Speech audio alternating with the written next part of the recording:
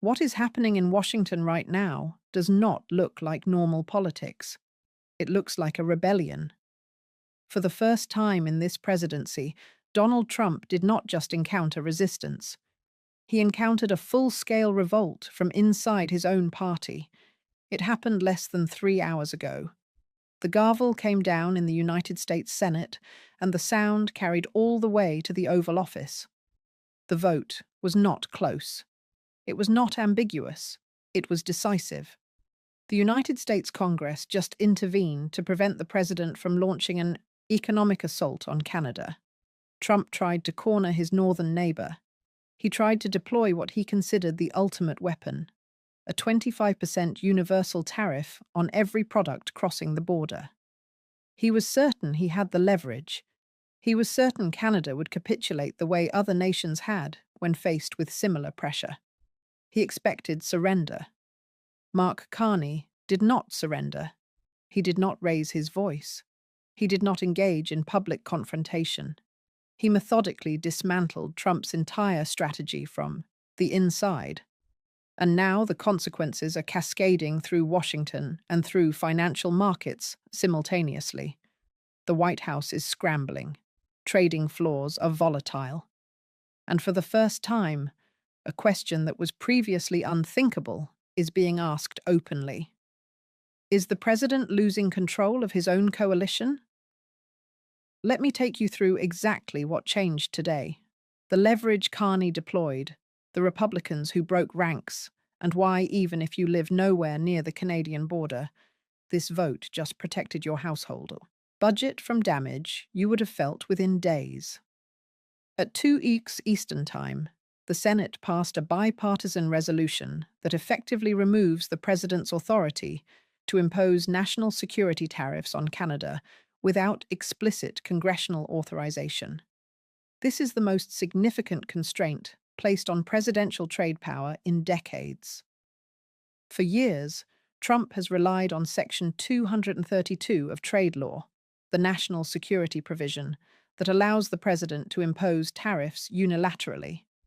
He has used it as a personal tool.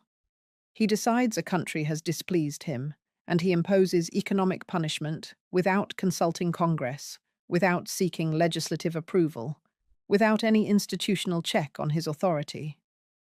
He attempted to use this mechanism against Canada last week. He demanded immediate concessions on border policy, dairy access, and energy pricing. When Ottawa declined, he announced the tariffs, 25% on everything: oil, vehicles, steel, aluminum, lumber, agricultural products. The tariffs were scheduled to activate on Monday. Today, Congress removed that option. A veto-proof majority, Republicans and Democrats voting together, passed legislation that specifically shields Canada from unilateral executive tariff action. The margin was not narrow. It was overwhelming. 74 senators voted in favor, 26 opposed. Consider what that number represents. In the current political environment, achieving 74 votes on virtually any issue requires a fundamental break in partisan discipline. 25 Republican senators abandoned their president on a vote he had publicly demanded loyalty on. These were not the usual dissenters. These included senators from deeply conservative states, senators who depend on Trump's endorsement for their political survival, senators who have supported him on every previous confrontation. They looked at the economic data, they looked at the projections for their home states, and they concluded that the political cost of defying Trump was lower than the economic cost of supporting him. One Republican senator from a Midwestern state was overheard leaving the chamber saying he could not sell a recession to his constituents to prove a point. That statement captures the calculation that drove this vote. Fear. Not fear of the president. Fear of what the president's actions would do to the people who elected them. The intelligence behind this outcome did not originate in Washington. It originated in Ottawa. For the preceding 72 hours, Carney's team had been in direct communication with every significant governor, senator, and business leader in the states most vulnerable to a Canadian trade disruption. They did not issue threats. They did not make demands. They presented data. They showed precisely what would happen to the economy in Ohio if the border closed. What would happen to manufacturing in Michigan? What would happen to energy costs in Pennsylvania? They showed the math, and the math was devastating.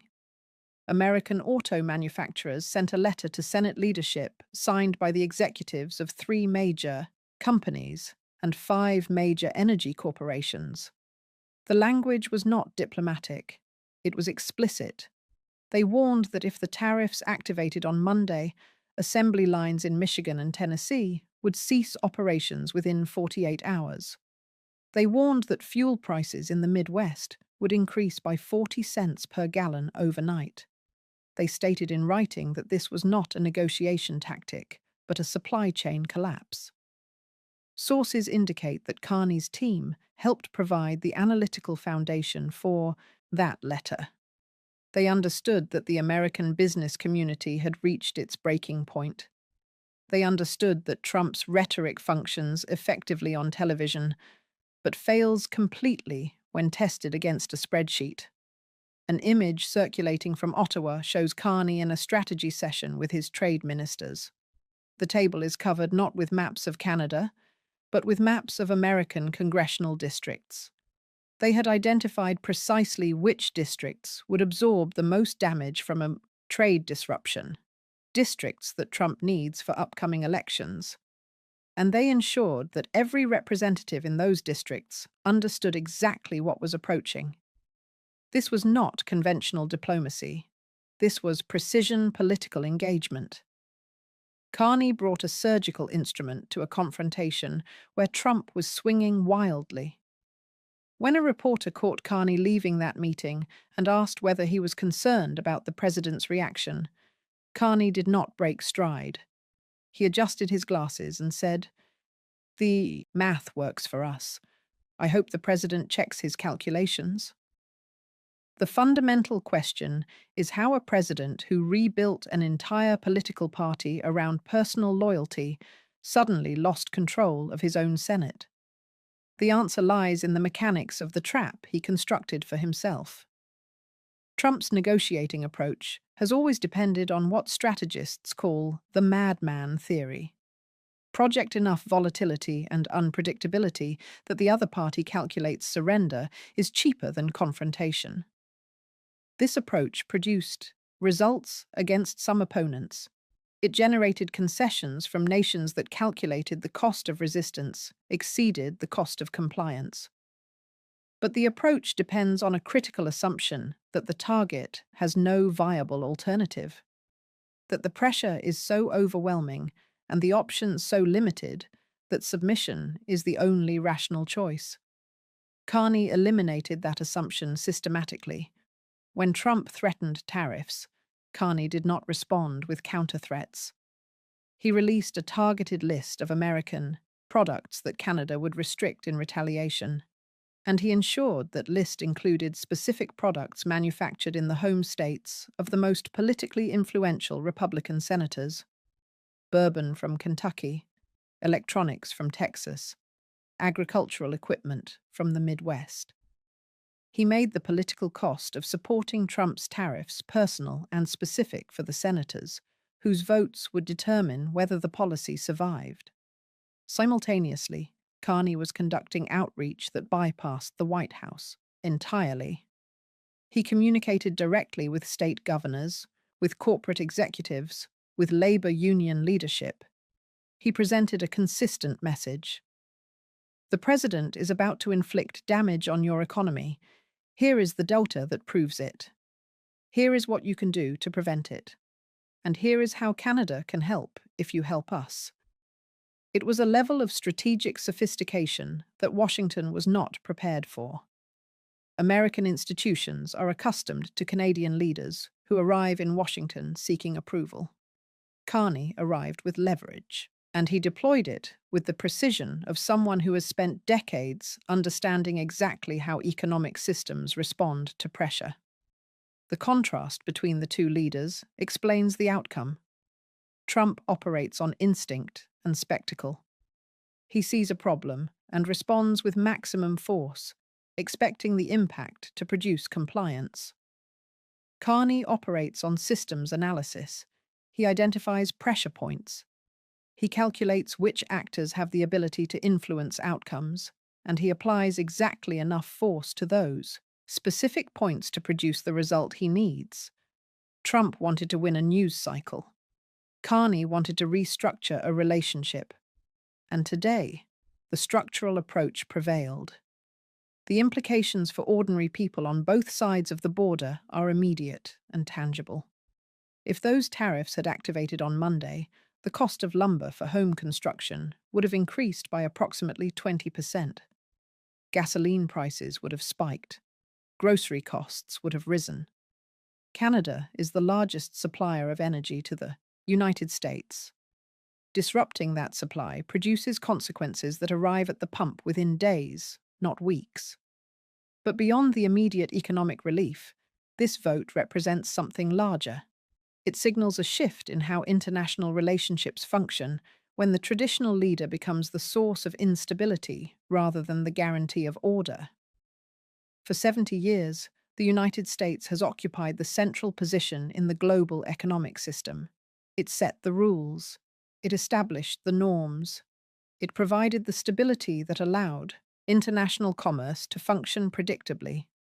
When the president of that system begins behaving erratically, when allies cannot predict whether agreements will be honored, when tariffs are imposed and withdrawn based on emotional reactions rather than strategic calculation, the system begins reorganizing around alternative centers of reliability. Canada just demonstrated that a middle power can successfully resist American economic coercion. That demonstration is being observed in every capital on Earth. European leaders are taking notes. Asian economies are evaluating implications. Every nation that has ever worried about being targeted by American trade pressure is processing the lesson that Carney just taught. Resistance is possible, and it can succeed. Trump intended to project overwhelming strength. Instead, he revealed that his power has limits. He revealed that when the economic consequences of his actions become severe enough, his own coalition will restrain him. And he revealed that a strategically sophisticated opponent can turn his own tactics against him. 3 trajectories are forming for the coming days. The first is administrative retaliation. Congress removed the tariff weapon, but the president retains other tools. He can order enhanced border inspections. He can slow commercial traffic through regulatory enforcement. He can create friction without technically violating the Senate resolution. Expect delays at border crossings beginning almost immediately. The second trajectory is legal confrontation. The president may challenge the congressional action through executive orders, claiming emergency authority that supersedes legislative restrictions. That fight would move to the courts. It would create months of uncertainty. Financial markets would react negatively to the ambiguity. The third trajectory is strategic retreat, disguised as victory. The president announces that productive discussions have occurred. He claims concessions that may not actually exist. Tariffs are abandoned. He declares triumph. This is the rational path, but it requires a capacity for tactical withdrawal that the president has rarely demonstrated. His current public communications suggest escalation rather than retreat. He is attacking the senators who voted against him, threatening political consequences, promising to support primary challengers. He is behaving as a wounded political figure who interprets institutional restraint as personal betrayal. Carney is watching this response carefully. The strategy sessions in Ottawa have not concluded. The analytical teams that mapped American congressional districts are still operational because Carney understands that the first confrontation may be resolved, but the underlying dynamic remains.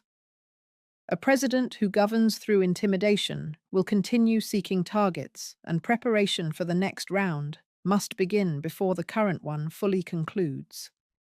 The world shifted today. It shifted not through military action or dramatic confrontation, but through a vote. Through the mundane mechanics of legislative procedure, through 74 senators deciding that economic stability matters more than political loyalty to a single individual, Mark Carney proved something that will be studied in diplomatic and economic institutions for years.